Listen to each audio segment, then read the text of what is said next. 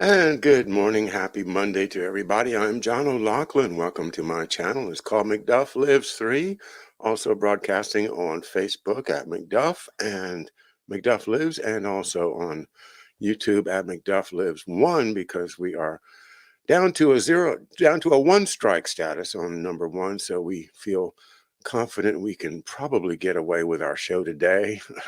There's where we have 7,500 subscribers, and I hate to lose that channel. So we protect it by having two additional channels for emergencies. And McDuff Lives 3 is my basic home right now because it has 0 strikes, and we can probably get away with more here than we can over on number one. Anyway, we're broadcasting on both channels today as well as Facebook. And thanks for joining us from wherever you are. And thank you for saying hello. Mike Panzer's here. Corky Goss, Kathy Sue. Hello, Kathy Sue, my dear. And Renner is here. Nadia, hello. Harry Han Cannon. Haven't seen you in a while. Good to have you here, even though you already know everything. Christy is here, and David. Good morning, David, and everybody else. Well, this morning is kind of like just me reading something to you with comments, and what it is called the Rockefeller plan for the BRICS, New World Order, in their own words. Now, where did I get this from? A Twitter follower forwarded it to me.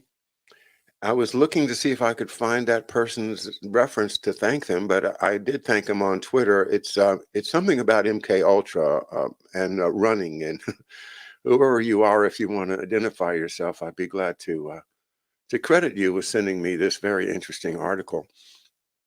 It's on a website called redefininggod.com. I will share that with you so you can see what I am about this morning. And here it comes.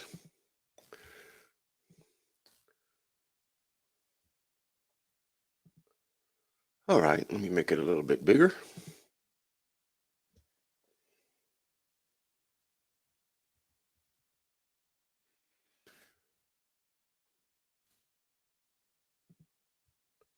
All right, there we go.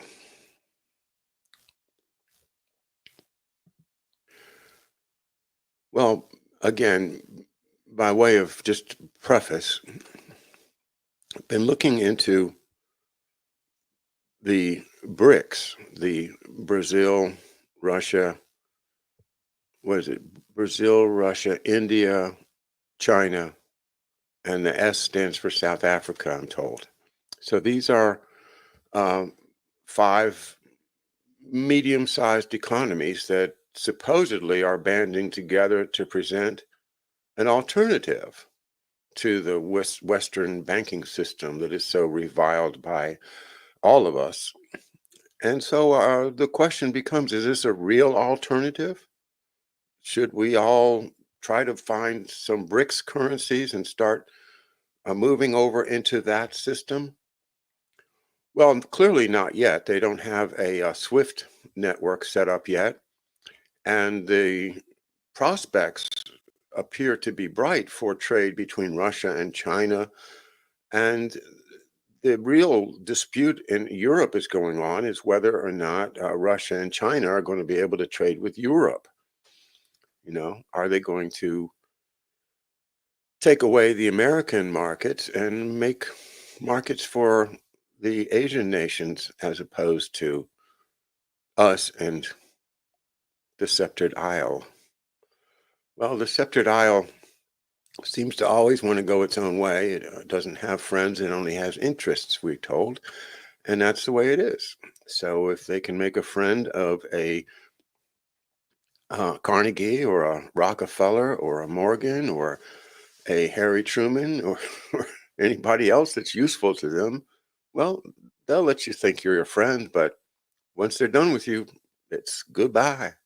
Goodbye, Charlie. So Our Western financial system is a disaster, and everybody is ready to tell you, what's wrong with it. And this overextension of debt is starting to look a lot like, we're heading towards hyperinflation. Well, the Fed is saying, well, we got to raise interest rates. But if they do that, then they know there's going to be a recession.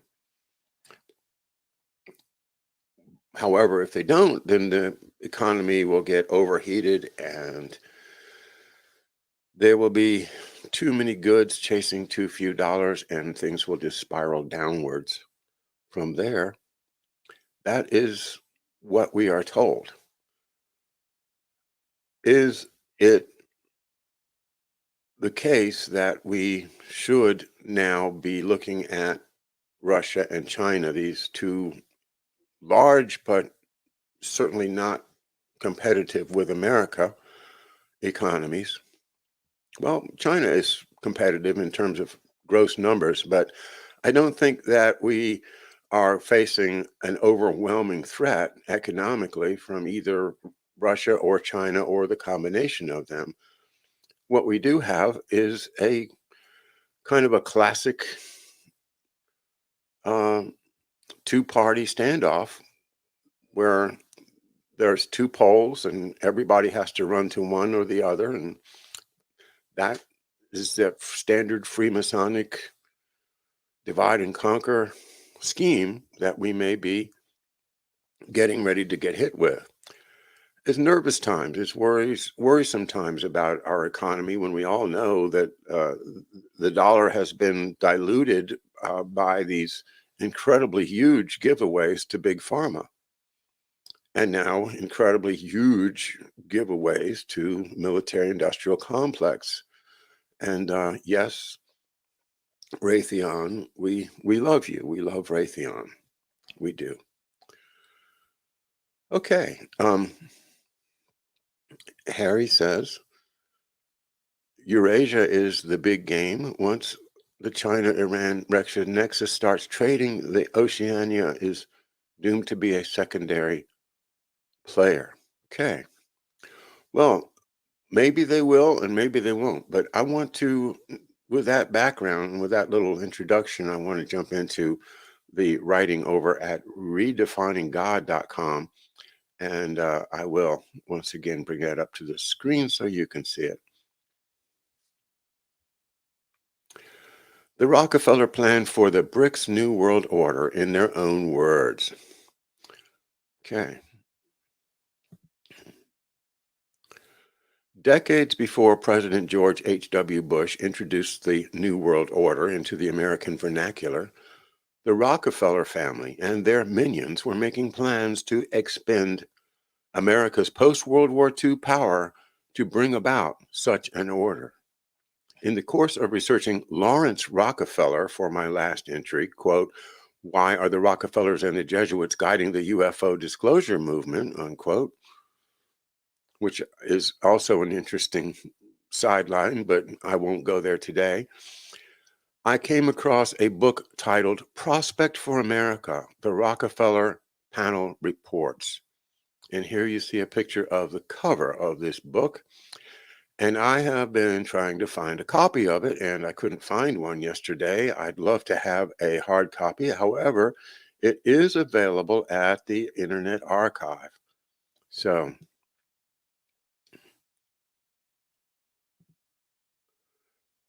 what I'm going to do now is show it to you over at the Internet Archive so you can read it yourself.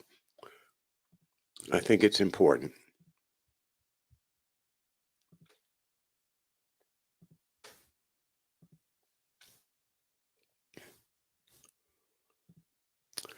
Okay, this is a very, very important find, and that's why I'm so grateful to Mr. MK Ultra, the runner, for this reference. It's really a gold mine.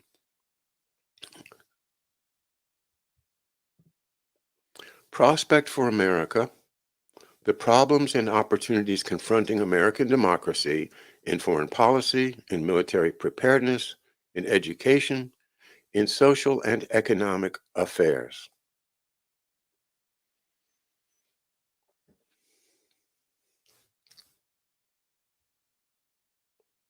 Okay, where does this come from? Well, I'm going to tell you. It was the product of a 1956 Rockefeller Brothers Fund effort known as the Special Studies Project. The Special Studies Project, and it lays out the blueprint for the multilateral/multipolar New World Order that is currently materializing around us. Now, this text, I'm not sure when it was written, a few years ago at least, maybe 2016 or so, if I can guess. But the book itself was published in 1960, but it was the product of a 1956 report by the Special Studies Project. And that comes from the aftermath of World War II and the resulting formation of the United Nations, which the Rockefellers were instrumental in creating and funding. The Special Studies Project, directed by, where's my drum roll? Who knows who directed the Special Studies Project? Oh, I'm going to have to see if anybody can guess while you do that. I'll just flip the pages here for a moment. This is from the library of Mary Grove College, ex libris, From Shadows and Symbols to the Truth. Cor ad cor loquitur. That means heart, speaking to heart. Shadows and symbols. I love that. To the truth. Symbols, huh? Shadows. You know, hidden communication. Prospect for America, the Rockefeller panel reports. And somebody wrote under that in pencil, Rockefeller Brothers Fund. Published by Doubleday, 1961. And the table of contents is quite fascinating. See all the amazing things that they are telling us about that they're going to do in 1956. And now it is 2022. And my goodness gracious, did they not accomplish a great deal of their agenda as set forth in this book? It's also, I think, important that we take note of the people who were on the panel. Look at this. Lawrence Rockefeller, Adolph Barrow. You remember him, Adolph Barrow? He's one of the Rockefeller advisors.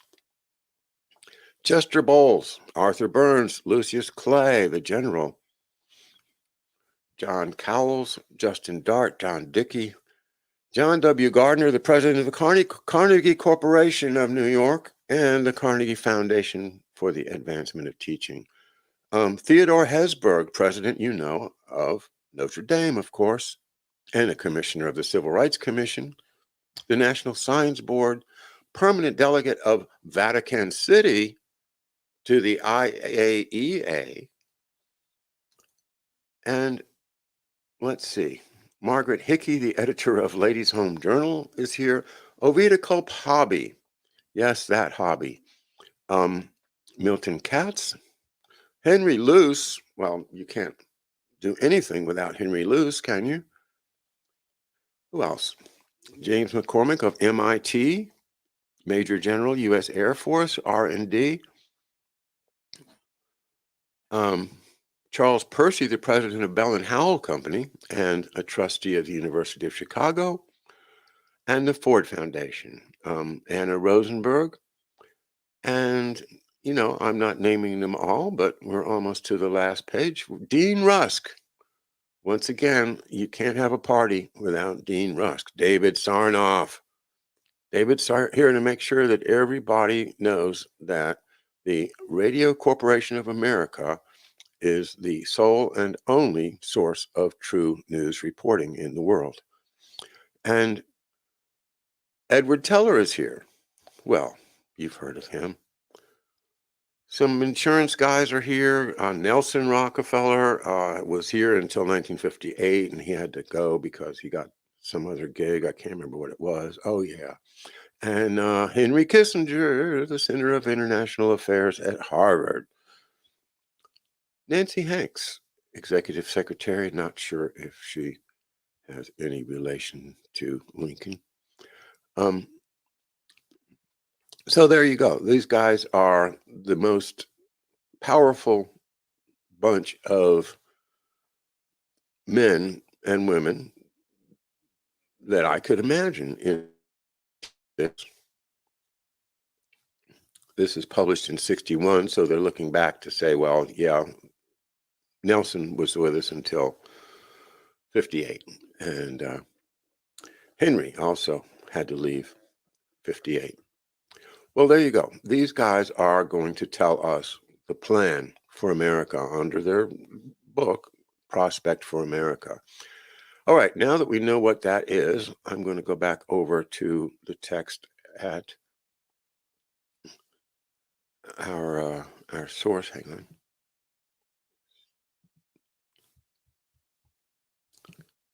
At redefininggod.com and share that with you.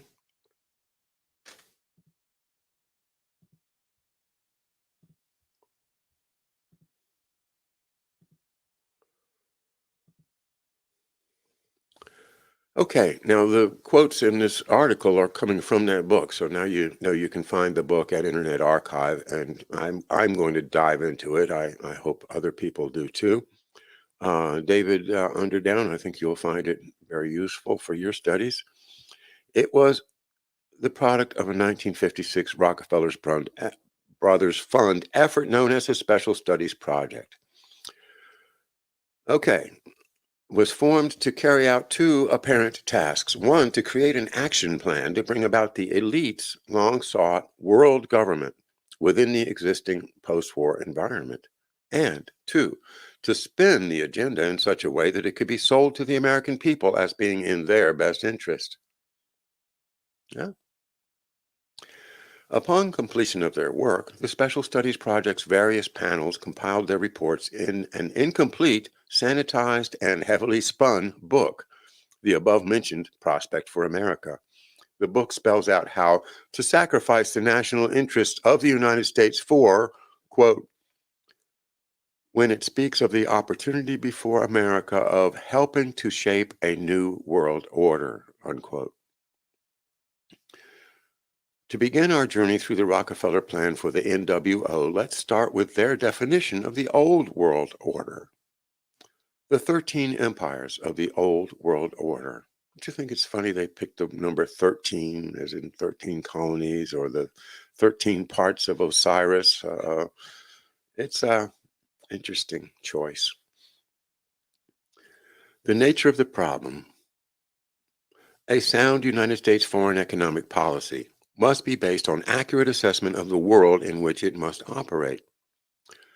The central political fact of our time is the disintegration of the international system that dominated world affairs almost until the outbreak of World War II.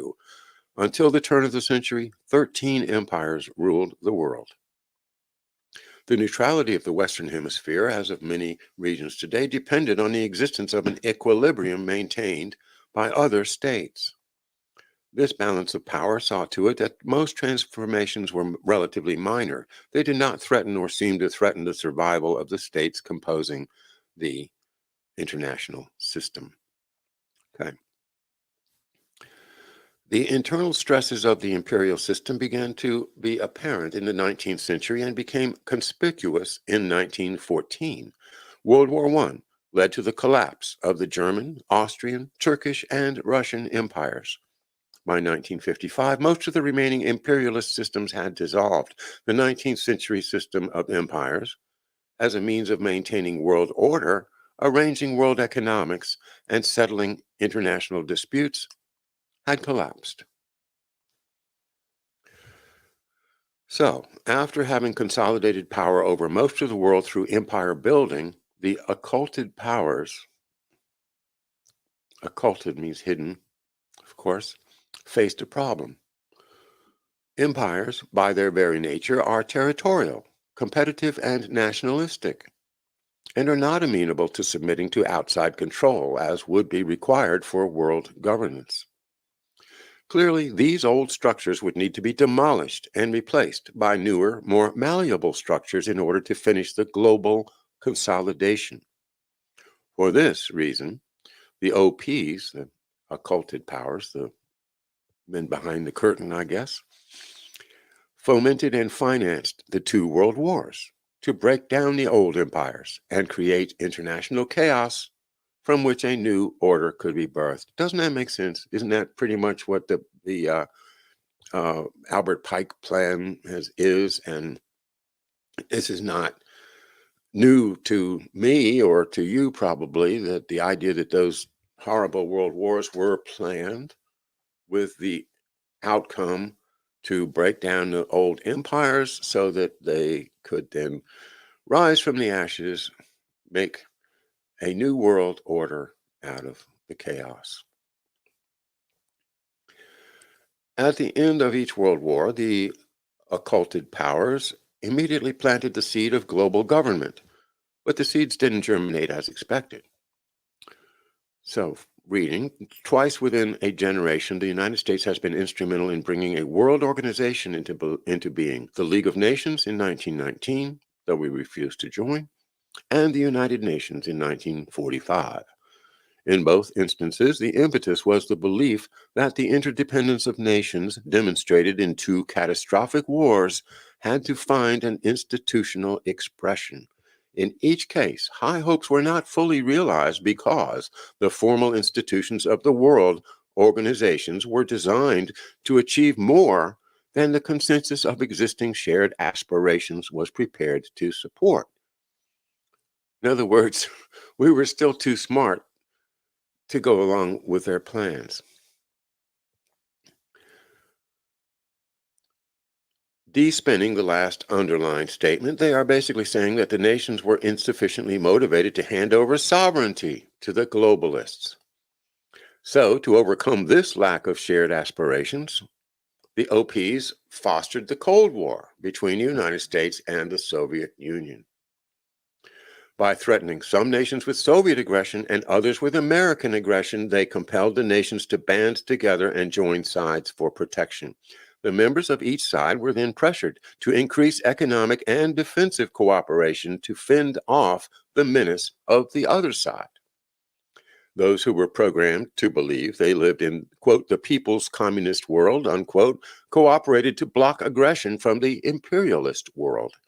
And those who were programmed to believe they lived in the free world cooperated to block aggression from the, quote, Soviet sphere, unquote. Conclusion: while the Soviet threat in the field of foreign economic policy is potentially formidable, it must be seen in its proper perspective. And it is menacing to the degree that the cohesion of the free world is inadequate. The selective economic program of the Soviet Union is politically effective primarily to the extent that weak countries must face the strong Soviet economy alone. If these countries are part of larger groupings, they will be able to resist pressure more easily and negotiate on a more nearly equal basis. In the United States, people were programmed to believe that fending off the red menace was a matter of life and death. Our participation in world economic and social progress is important from the point of view of our own economy and that of the free world. It is crucial from the point of view of our survival and the survival of freedom everywhere. Such participation is imposed by our deepest beliefs. But the Cold War, just like the current crop of engineered conflicts raging about us, ISIS, Ukraine, and the China Seas, was all about forcing nations into groups and groups into a world order. Once it had served its purpose, the Cold War was ended in order to allow the two sides to be merged under the new world order.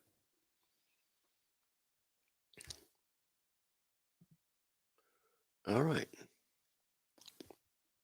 I'm just going to stop for a second and say hello to the chat. Hi, Jimmy Beams here, TCG. And Hey, Patricia's here from Haiti. Hello, everybody. Um,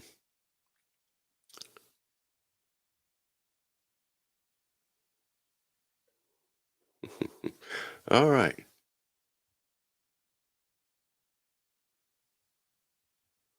Right, more dinosaurs here. All right. David knew the answer. It was Henry Kissinger, of course. Kissinger, who else knew? I should have looked to give credit. Credit where credit is due. Anyway, I think most of you knew it was Kissinger. Chic. Got it. Chic pot pie. Nice name. Um, all right, let me just read some more. Now we've got now to the end of the Cold War. Okay, so here's a rewrite of history by our friends at redefininggod.com. And I think he's done a pretty good job. Let's keep going. After the summit, Gorbachev urges major changes in the world system of alliances. From the New York Times, June 5th, 1990. Quote, President Mikhail S. Gorbachev of the Soviet Union ended an exhausting transcontinental visit to the United States today with an appeal for a radically changed system of global alliances.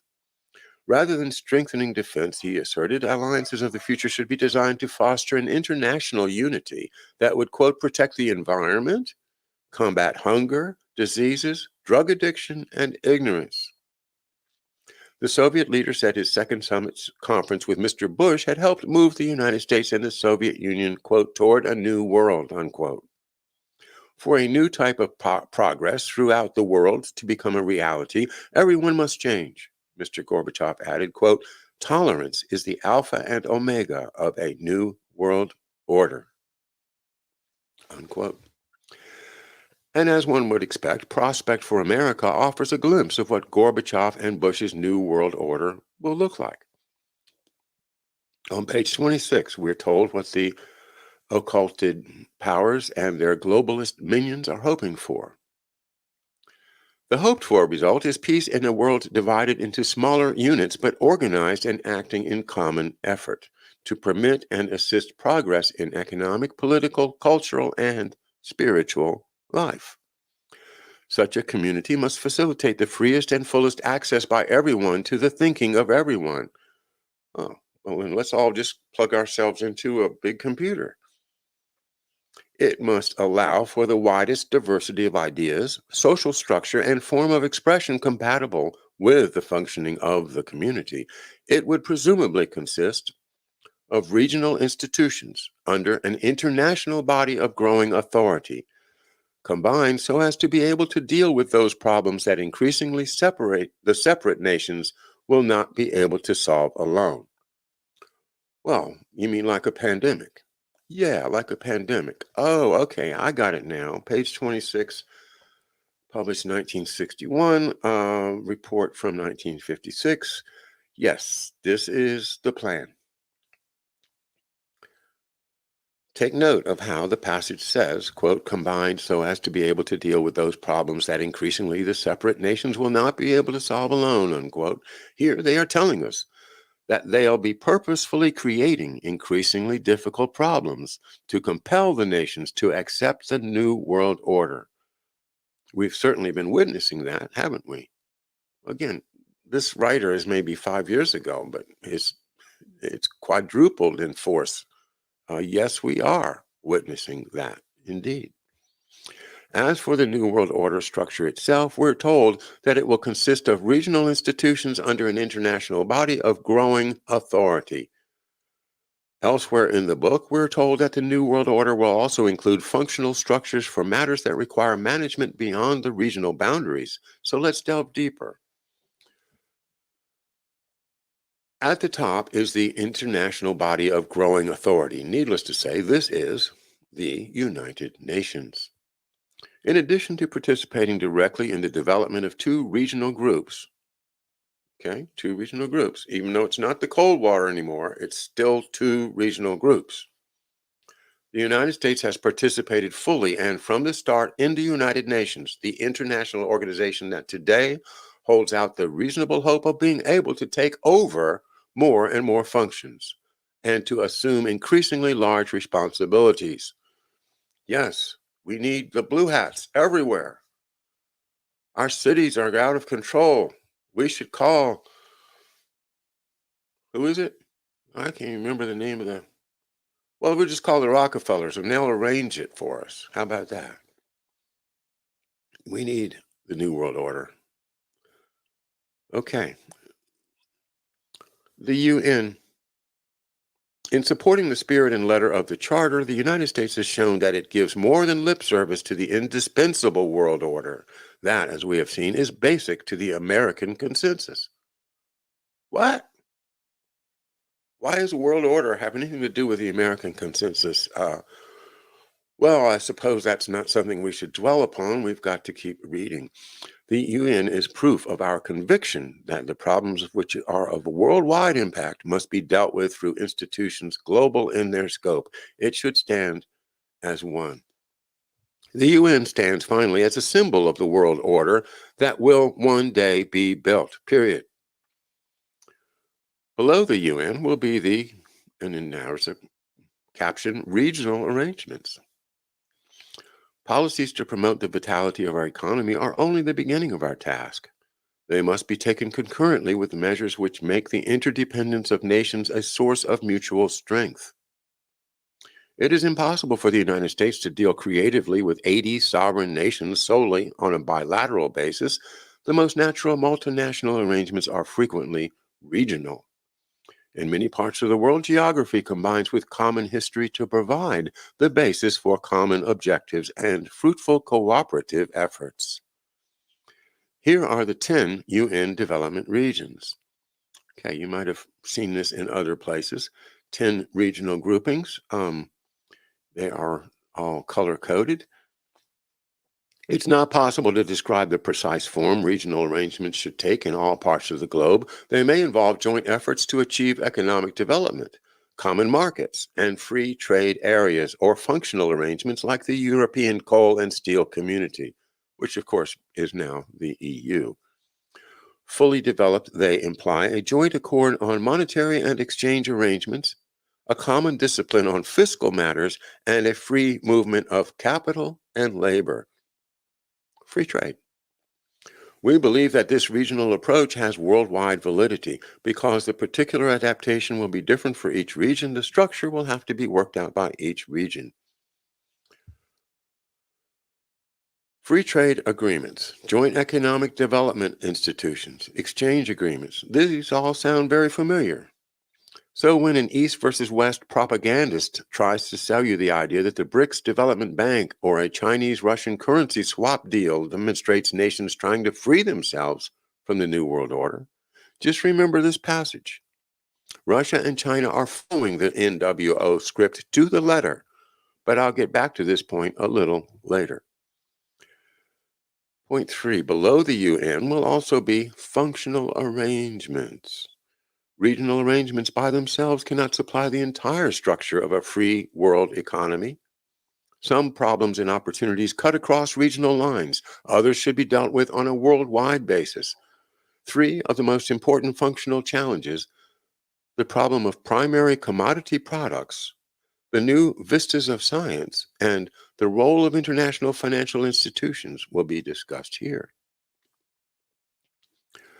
One example of a functional arrangement is the BRICS alliance. It cuts across regional lines and gives form to the dialectic clash between Anglo-American bankers and BRICS bankers, which will birth the NWO.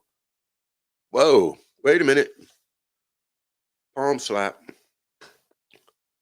I thought the New World Order was the Western banking system and the World Economic Forum and all of the creeps of the City of London and Wall Street and all of that. These are the ones. And I didn't think, that the whole, both sides of the Cold War are part of it. Really? Really? Are they really? Well, so says our author here. He says, that it is exactly that divide and conquer that's going to birth the real new world order, the one world order, the one that will never be supplanted. And that, I think, is a very important point.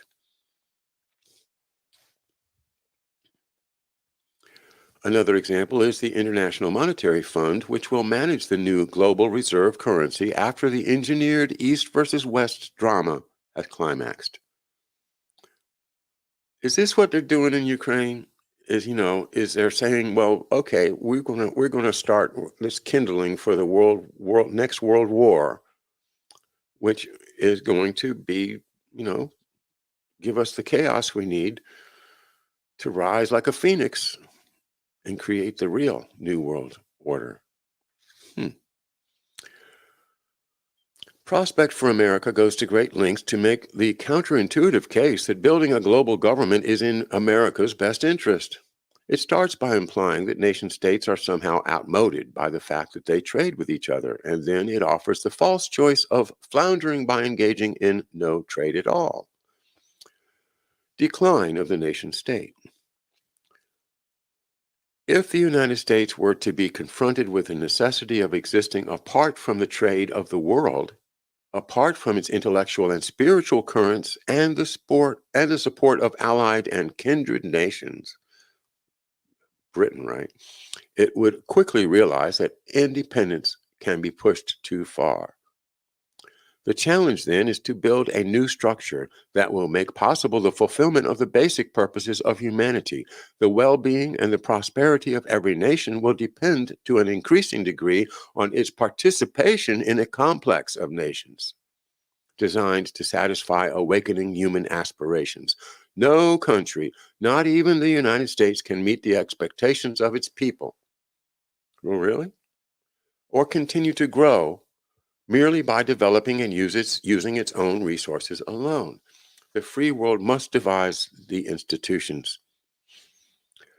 They conveniently fail to mention that there are many other options besides resorting to either of these two extremes.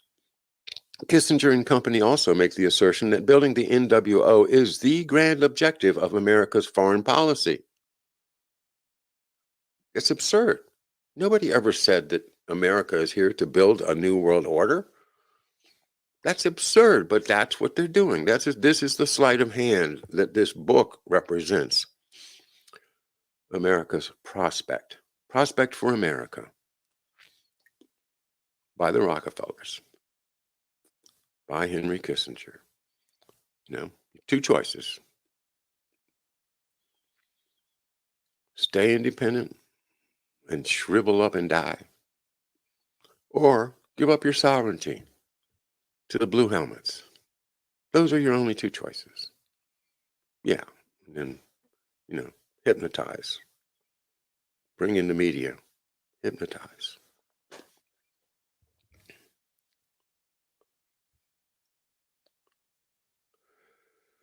Such, in broadest outline, is the image of the world whose building the United States sees as the grand objective of its foreign policy. In two areas in particular, we see regional associations vitally related to American policy. These are the Western Hemisphere and the Atlantic Community.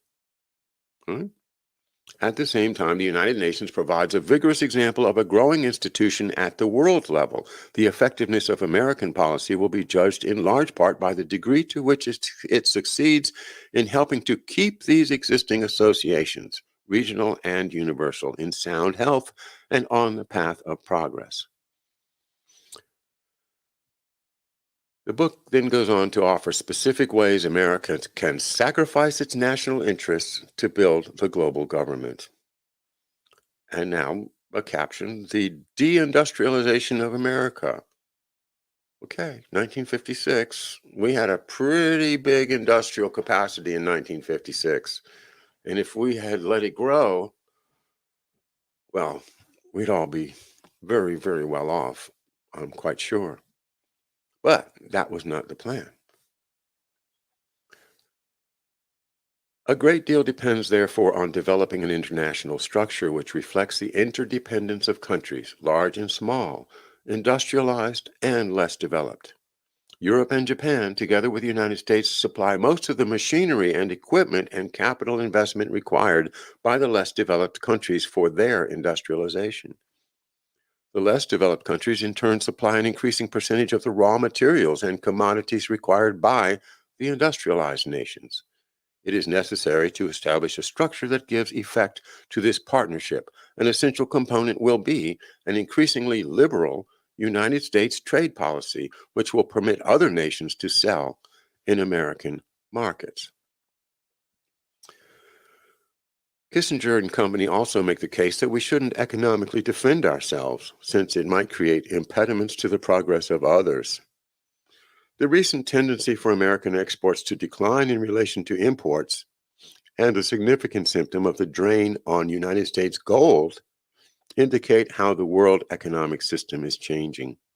Remember, 1971, we went off the gold standard for George P. Schultz and that group, and that is what we're talking about here. Without the gold standard, our dollars started to get diluted in value very, very quickly.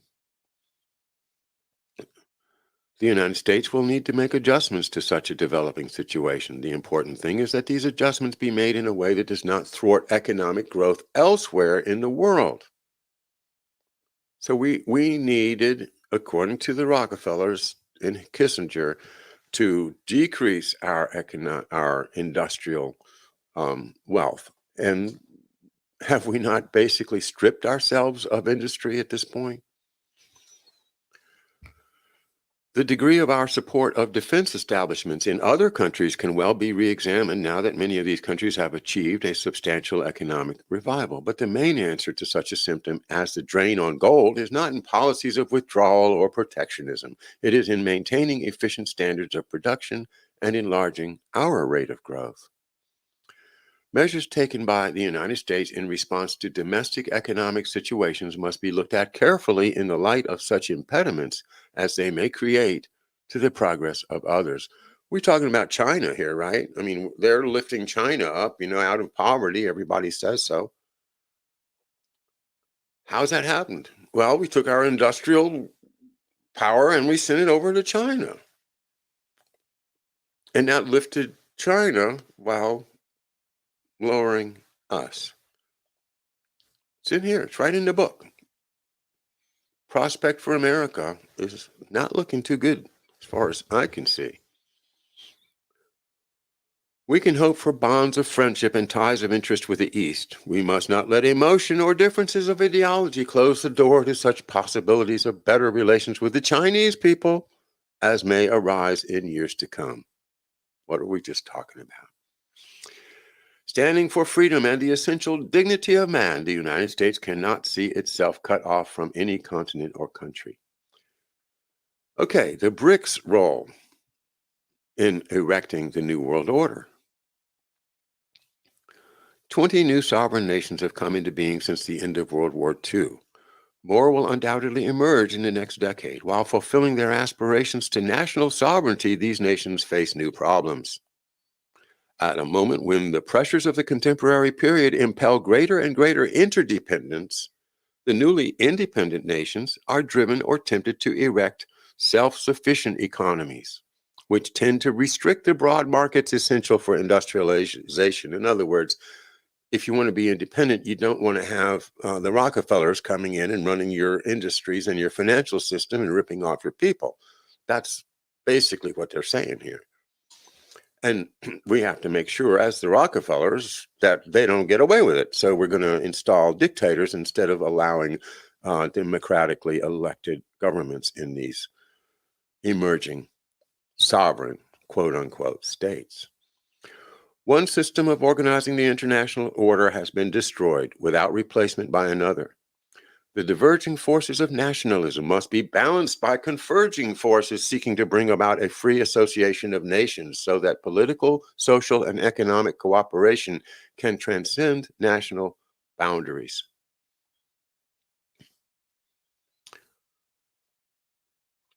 The modification of the nation state has been confused by the fact that the aspirations of peoples all over the globe are today finding expression in the slogan of nationalism, What animates these peoples is a resolve to emerge rapidly and conclusively from the era of colonialism. They are going somewhere, but it is a real question whether they are going where they think they are going. All right. Why China? The Chinese people would revolt against overt foreign domination, but embrace their place in the New World Order if they believed they were in control. Oh, so the Chinese people are now being told that they are sovereign, they are running things, they are getting wealthier and wealthier, they're lifting everybody out of poverty. They are obviously the greatest country in the world, and they should be proud of themselves. And they get to run, according to what the text says, the New World Order. The Chinese have suffered greatly at the hands of Western imperialism, as has much of the world. As a result, the Illuminati would have trouble roping many nations into a Western-led New World Order, especially the nationalistic Chinese. Since you can't have a truly global order without them, the Illuminati opted to use their own legacy of destruction to their advantage. Number one, they set up a China-centered alliance as opposing force to the Western alliance. Number two, they've been driving the world public into the hands of the Chinese alliance. Why the U.S. must join the BRICS, so says LaRouche PAC. Okay? Well, they've instigated. All right, it's really very simple. The Illuminati built a rabbit trap in the BRICS alliance that looks like a nice, safe hole to hide from danger. Now they are beating the bushes with the Western powers to drive the rabbits toward the trap. China building up the false savior. July 1971, former Special Studies Project Director Henry Kissinger held secret meetings in China to lay the groundwork for their introduction onto the global stage. And here we go. Off the gold standard, Nixon opens China, David Rockefeller visits China, Deng Xiaoping took power and opened China to the global market. Well, I've got to go at this point. I thank you for your attention. I really commend you to read the rest of this article and consider whether he's not correct in that the BRICS is a false hope that we should be very wary of. Thanks for being with me. I'll see you tonight with the great Bill Taylor from New Jersey with an update. Bye now.